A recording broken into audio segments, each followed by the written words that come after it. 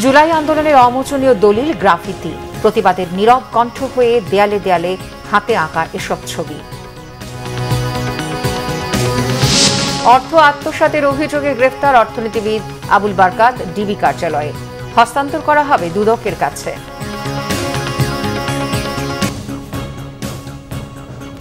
দেখছিলেন ক্রাউন 7 সংবাদ শিরোনাম। দমন নিপীড়ন যখন চরম পর্যায়ে, প্রতিবাদের ভাষা তখন ধরন বদলায়। রাজপথে প্রকাশ্যে বিক্ষোভের পাশাপাশি প্রতিবাদের ক্যানভাস হয়ে ওঠে দেয়াল। গ্রাফিতি বা দেয়ালচিত্রের সেই ভাষার শক্তি কত তীব্র হয়, জুলাই আগস্টের উত্তাল দিনগুলোই তার প্রমাণ।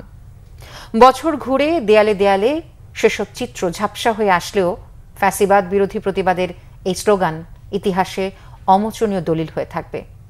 মিরাজ হোসেন গাজী রিপোর্ট।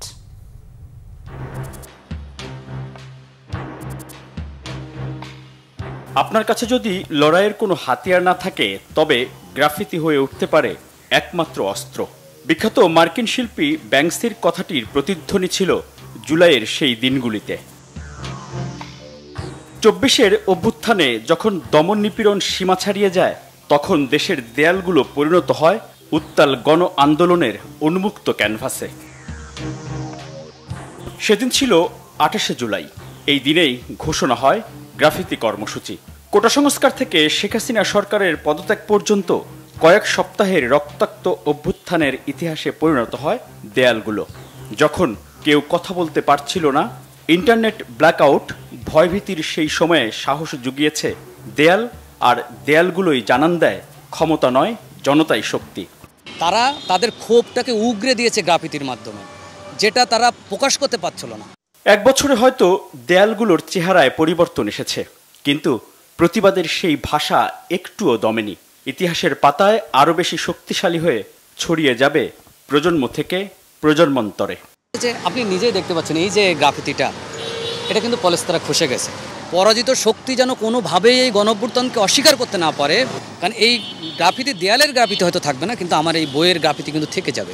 অন্তর্বর্তীকালীন সরকারের প্রধান উপদেষ্টা হিসেবে দায়িত্ব নেয়ার পর অক্টোবরে ডক্টর মোহাম্মদ ইউনূস উপদেষ্টাদের নিয়ে জুলাই অভ্যুত্থানের স্মৃতিস্মারক সেই দেয়ালগুলো দেখতে যান ঢাকা বিশ্ববিদ্যালয়ে।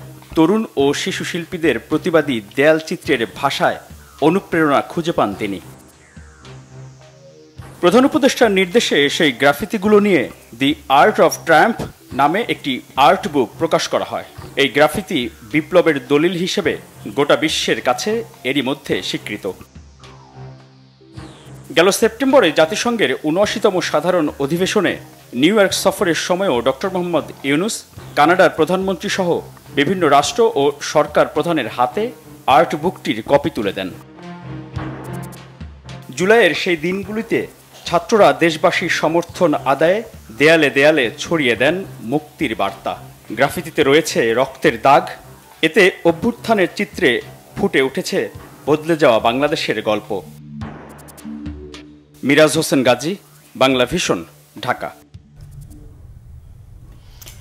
ওয়াশিংটন ডিসিতে 3 দিন ব্যাপী বাংলাদেশ যুক্তরাষ্ট্র শুল্ক আলোচনার দ্বিতীয় দিনের আলোচনা শেষ হয়েছে।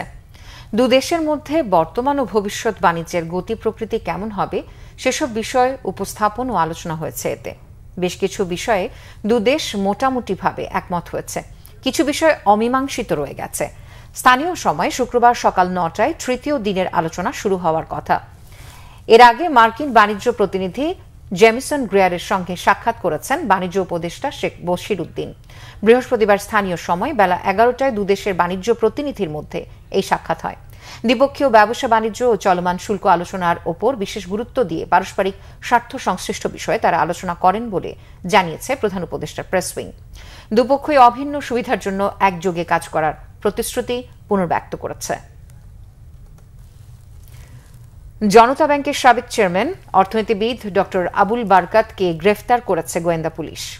গতকাল রাত 11টার দিকে রাজধানীর ধানমন্ডির বাসা থেকে তাকে গ্রেফতার করা হয়।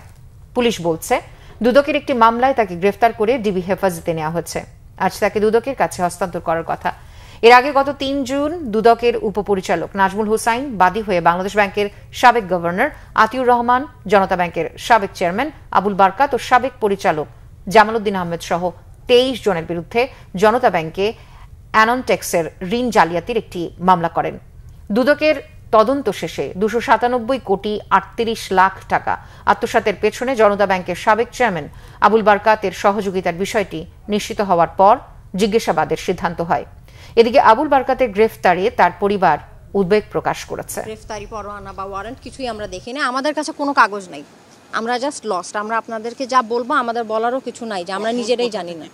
বাসা থেকে করা হয়েছে, রাত 11টার দিকে হবে, 10টা, ধানমন্ডির বাসা থেকে, এবং সে ধানমন্ডির বাসাতেই আছে অভ্যুত্থানের আগে এবং পরে।